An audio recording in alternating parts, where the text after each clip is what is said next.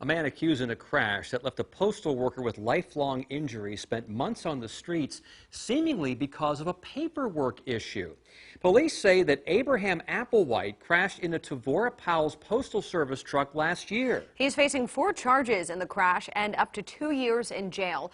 Although officers have been in touch with him several times since then, authorities just arrested him Friday. That arrest comes months after investigative reporter Julie Millay started digging into this story. When it started smoking real bad like that, I drug her out away from the truck in case it caught on fire. A police officer's body camera caught the moments just after Tavora Powell's life changed forever. And the truck just flipped and flipped.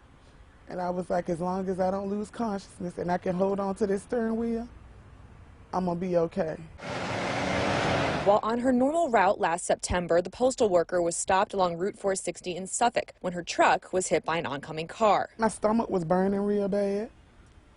I felt like I was about to just lose air and start breathing, panicking.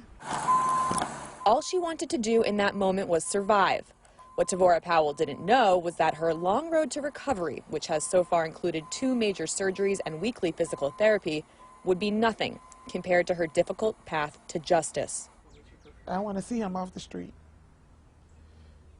Like, my life was saved, and I don't want him to go out here and do it to somebody else. The crash report lists Abraham Applewhite as the driver of the other car. He's well known to police. Since 2012, Applewhite's driving-related convictions include driving without insurance, driving without a license, and failing to stop at the scene of an accident.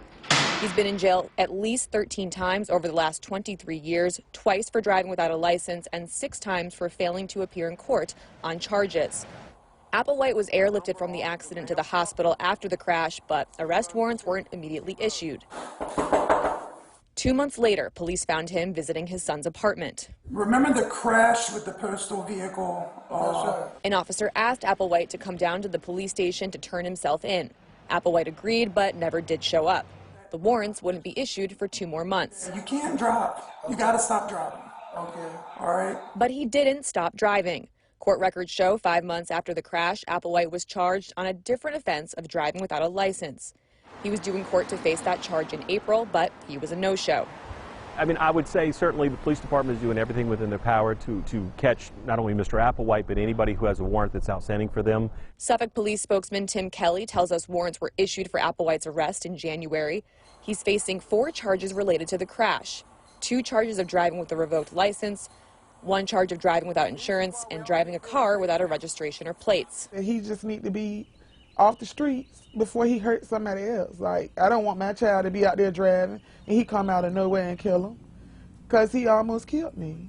Julie Millay, 10 on your side. We did learn that Suffolk police were able to serve Applewhite warrants related to the Postal Service crash. However, he was released at that time because the warrant for his failure to appear in court in April wasn't received by officers until a week later. Police were finally able to arrest him on Friday.